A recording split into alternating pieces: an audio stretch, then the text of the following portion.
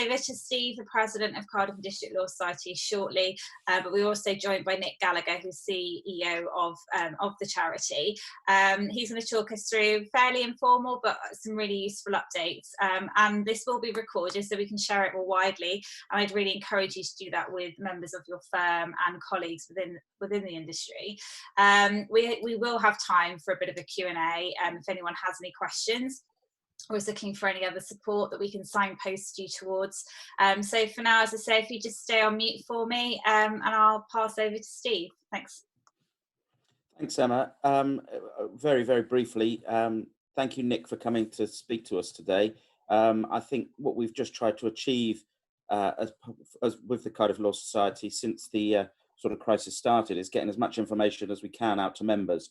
So hopefully you can give us some information about what is available and open to them via the SBA. But what I'd ask everybody that's here, and whilst there's not a huge number of you, obviously you represent firms, so I'd ask if you can cascade this information down to your staff and anybody else. Obviously Emma's going to record it, so it can be available to you.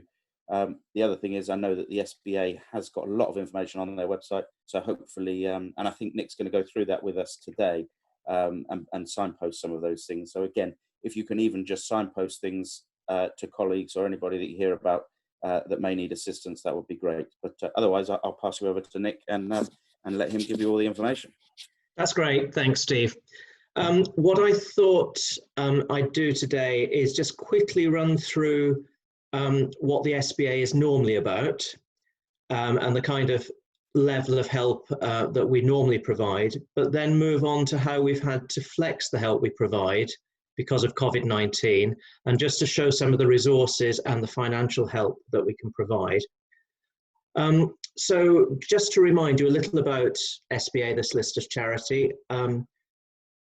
We have our roots in organisations set up 160 years ago, and throughout that time we've been helping people in need. Our goal really is that all solicitors are supported in times of need or crisis. This feels like a time of need or crisis to me. Our normal work focuses on providing personal help, personal financial support to people who, because of perhaps their age or their health or a disability, find themselves unfit for work and in some sort of crisis. Our focus is very much on the personal side of things, not on the professional side of things. And the kind of help that we would normally provide is help around things like daily living expenses, specialist equipment, adaptations to homes. We also provide access to welfare benefits and debt advice for people. That can be very important. We also are one of the major funders of Law Care, our sister charity, who provide emotional support to solicitors throughout England and Wales. And we can signpost to organisations such as the Solicitors Assistance Scheme, who we work quite closely with, that might provide professional help around professional and legal issues. So that's mainly a focus on people who are not fit for work. But for people who are fit for work, perhaps they've recently been made unemployed, we also offer access to career transition counselling through a sister organisation called Renovo, which is an online training package with some financial support underlying that. But just as a bit of background, I want to show you some statistics from last year about the sort of level of support we'd normally provide. So you'll see here that last year we provided just around about £1 million in help. So knowing that we now have an initial £1 million in a hardship fund, you can see that's quite a commitment from us. It's matching the whole of our normal year's help. The sort of breakdown of the age demographic of people we can help, I think, is quite interesting. You'll see that 70% of the people we normally help are age 60 and under. And it's interesting to us as we face the challenges of COVID that the age profile is shifting within that. And I've got a little something to say about younger lawyers there. You might be interested here, if we look at the map, that about 9% of our help is in Wales, which I think it is interesting, because I think it's only somewhere between 3 and 5% of the number of solicitors on the roll are in Wales. That might be because we happen to have good networks in Wales. People know about us in Wales. I wouldn't say that that's because there's particular need in Wales. We couldn't actually provide figures to say that, but it's interesting that we have a good presence for our help in Wales. I mentioned law care. You'll see here the support we provide to law care allows over 200 solicitors in England and Wales to get support last year. And then just one final thing for you. Even before COVID-19, sole practitioners, people in small firms, made up 64% of the people that we help. So you can see perhaps where our demographic is skewed. And I think we're seeing quite a lot of a repeat of that with the people who are coming to us for help with COVID-19, but not completely the same. But why don't we move on to how things have changed because of COVID-19? As I said earlier on, most of the support we normally provide is for people who are not able to work. COVID-19 is very different, because a lot of the people that are affected are very able to work, would love to be working, but find themselves in a position of need as a result of the pandemic. And so we've done a few things to support them. This is just our COVID-19 support hub on our website, very prominent on the website. And within it, we've got a few links to information. So for instance, we have support for individuals. If this is going to work, yep, slowly coming up. And you can see this is, what we've really done here is just draw together information that might be useful to people in one place.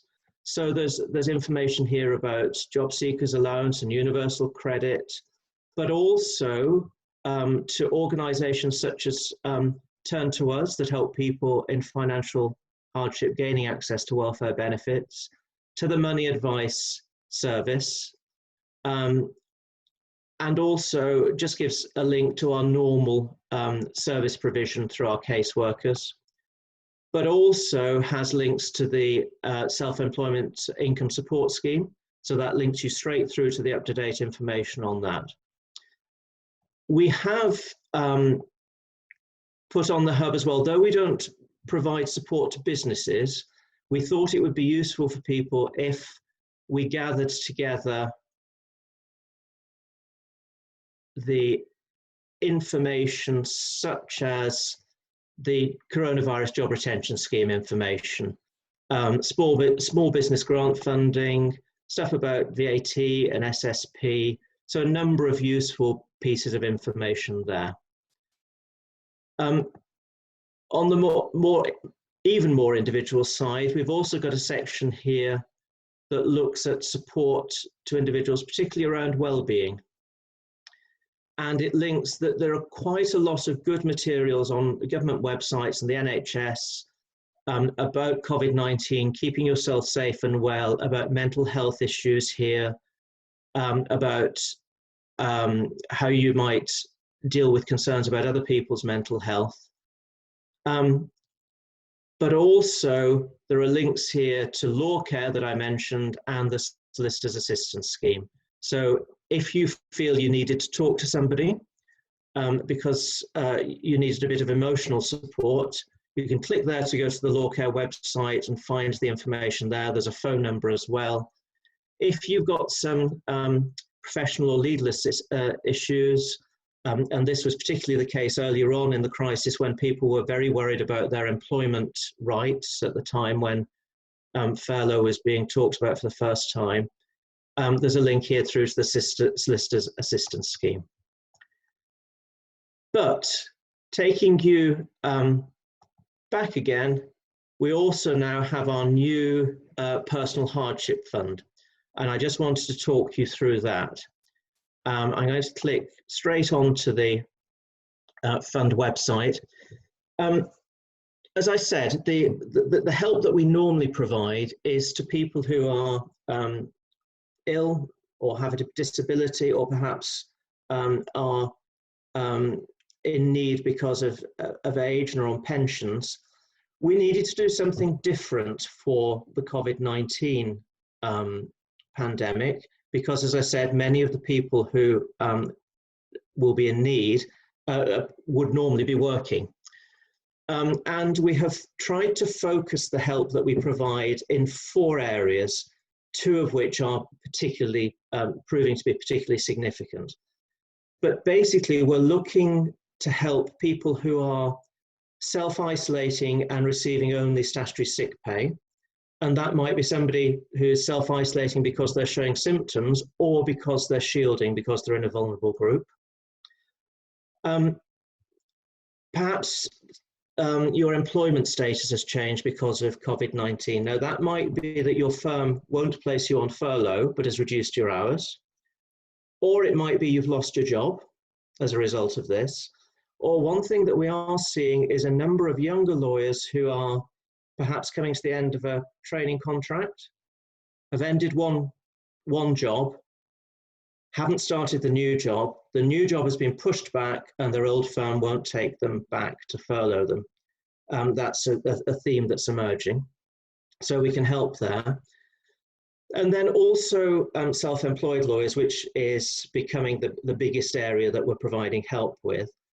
And that's self-employed who are unable to practice and don't have a source of income or potential income, and are ineligible for the SEISS scheme, the government help, and we can provide help there. But we also recognise there will be some self-employed people who are eligible for support, but are waiting for support to come in, waiting for the government, and are finding themselves in real hardship now. And so we can provide some help there as well. As I said, we've identified an initial fund of £1 million from our free reserves. Fortunately, we'd been looking after our investments very soundly, and we had good free reserves at the start of this. So even though our investment portfolio has shrunk and the value of our free reserves has shrunk, we still managed to identify £1 million to help with this as an initial point. But what we're trying to do with that money is to focus on those people most in need, and I'll come on to that in a bit more detail at the moment. The other thing I just want to mention is that we are a charity, and it's important that we don't use charitable funds to displace statutory funds. So money that might be available from the government, or through breaks that might be available, such as mortgage holidays. So one of the things we ask when people apply to us is, have you started the process of applying for benefits? And we want people to be able to say that, because that's ensuring that we are not just replacing what could be funded through the government. As I say, though, we want to focus our help on those most in need at the moment. And so another question we ask is that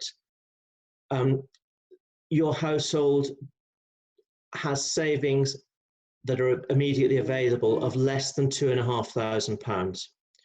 And that's so that we know we're focusing money right at the sharp end of issues. And there are a lot of people in that position.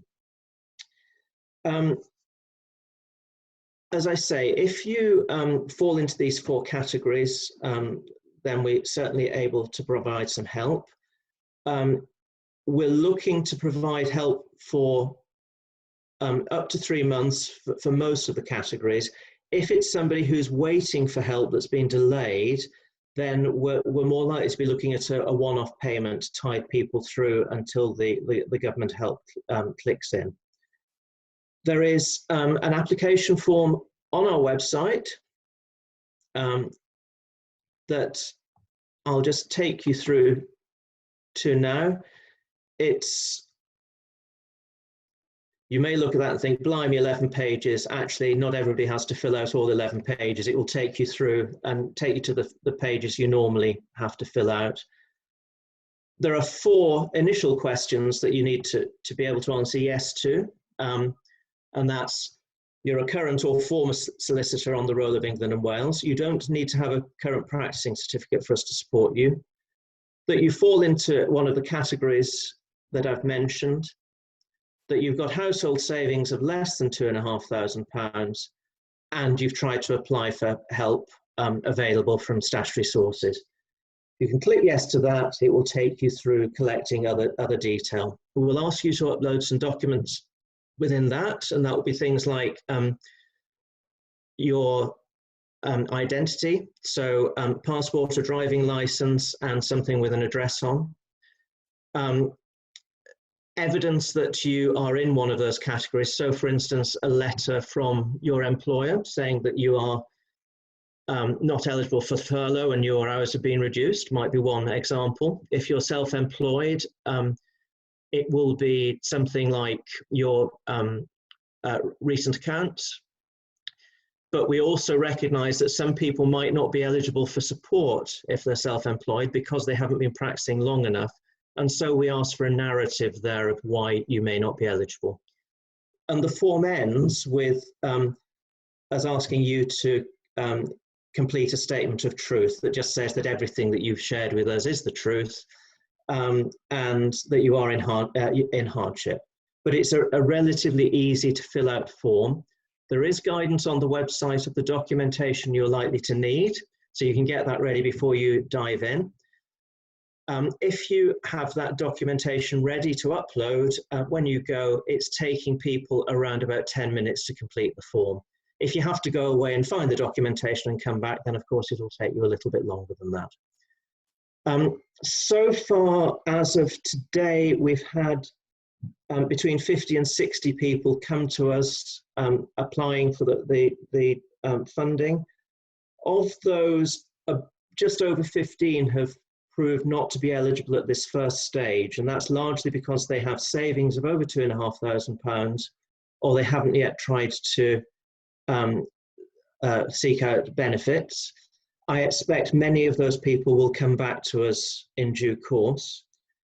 Of the other 45 or so people, it looks as though practically all of them, in fact I would say all of them, are eligible in one form or another. We had the first applications last Wednesday, and the first payments to the first half dozen people who applied went out yesterday. So the scheme is very much up and running. But I'd be delighted to take any questions if people have them. I'll just stop sharing my screen. Okay, thank you. If anyone has any questions, feel free to unmute yourself. It's not a problem.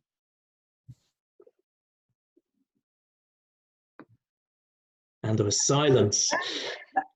I mean, I have a quick question.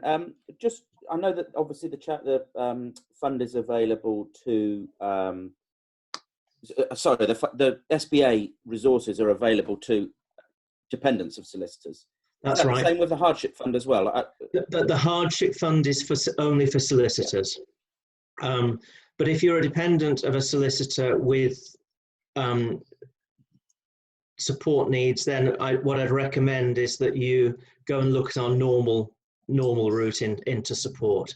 But we did want to focus the hardship fund on solicitors themselves. Of course, and as you say, you can still access the normal funds available. And indeed, that's the same. If you didn't meet those 4 criteria, you may meet other criteria. You may meet other criteria. And also, Steve, one of the things we're trying to do is to, when people do apply to us through the hardship fund, is also looking to see if there are ways we might be able to support people going forward. So already I can think of a couple of cases where somebody's come to us, they're clearly eligible under the hardship fund, but actually they might benefit from the career transition counselling that we offer.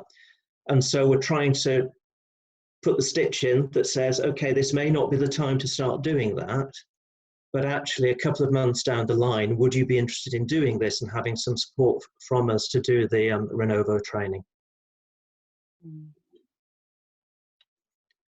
How many, have you had quite a number of applicants so far, or? Yeah, as I say, we've, as of today, we're up to about 60 individual applicants, and a good 3/4 of those are eligible for the funds, and we're processing that. A few people are having to go back to and ask for a little bit more information. So there's a little bit of toing and throwing, but we are, I mean, it's early days, and we're testing a new system that we've had to put in place.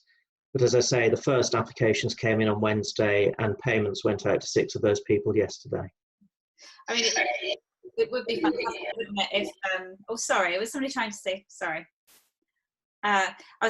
It would be quite useful, I suppose, if firms that have had to rescind offers of employment to new starters might be able to contact, or indeed if they've had employees try to return to be furloughed, to send them a message.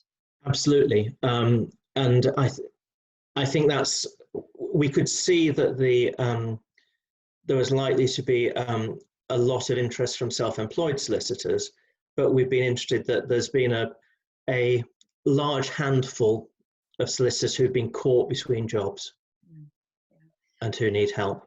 Yeah, certainly we work with a recruitment agency, certainly through the site as well, so I'll update them and ask them to share the information, because they're obviously having to manage those, they're talking to those people every day, and work in the first place, so that would be quite useful for the recruitment agency, recruitment sector to share as well more widely, because they have got those contacts. Yeah, that would be excellent, Emma, and we really do want to get the word out about this. So it's great that things are going out through local law societies. We've managed to get the story into quite a lot of the press. Legal Cheek has published it. There's a piece going up on Roll on Friday. It's been out on social media, but it would be great if people could just spread the word. Sure, not a problem. Is there any questions that anyone has at all for Nick or for Steve, perhaps? No, not a problem. Nick, we're so grateful for your update, and we will get this shared more widely. And you know, if you have anything to update us on, please let us know. We're happy to share, and I'll make sure that the website says that obviously applications are open as of now, and to encourage firms to share that a bit more widely as well. That's fantastic, and remember that even after the crisis, we're here to help solicitors. Absolutely. So please do spread the word about us. We can't help people if they don't know about us. Absolutely. Sorry, Nick, Emma, Paul Simon Ince. Do you think you should make the message clear that it should be incumbent upon firms where solicitors have actually handed in their notice and applied for jobs elsewhere, where they have been put back on the basis that you are a charity, and that it shouldn't be costing firms anything to place these people on furlough by extending their notice periods? Because, you know, if everybody just decided that, well, we don't qualify for furloughing and we don't get the government assistance that we can apply to the SBA, and then decide that we're going to dwindle their funds, you know, I just think this is a message that, you know, perhaps Legal News should be getting across to firms. It doesn't cost them anything. And I don't think that we should be reliant on you guys to actually supplement the government's assistance. I think that's a fair point, Paul, and you know, I did emphasise. I think that we're really pushing people back towards other forms of help, statutory help. That's clearly a route to statutory help, but I think it's possibly a weakness in the system anyway. It's not just about this profession; it's about any employer that they could be. They could choose not to use furlough and rely on other people. I wonder why a firm wouldn't choose to use it, to be quite honest. There probably are many reasons that I'm not seeing, but I would have thought that if you can get money from the government to keep people on the books, that would be an advantageous thing to do. Thanks very much. Thanks, Paul. I'll be sure to say that. Thank you. Excellent. Okay. Well, if everyone has all the information they need, I will thank Nick again, and also Steve for organising today, and I'll make sure this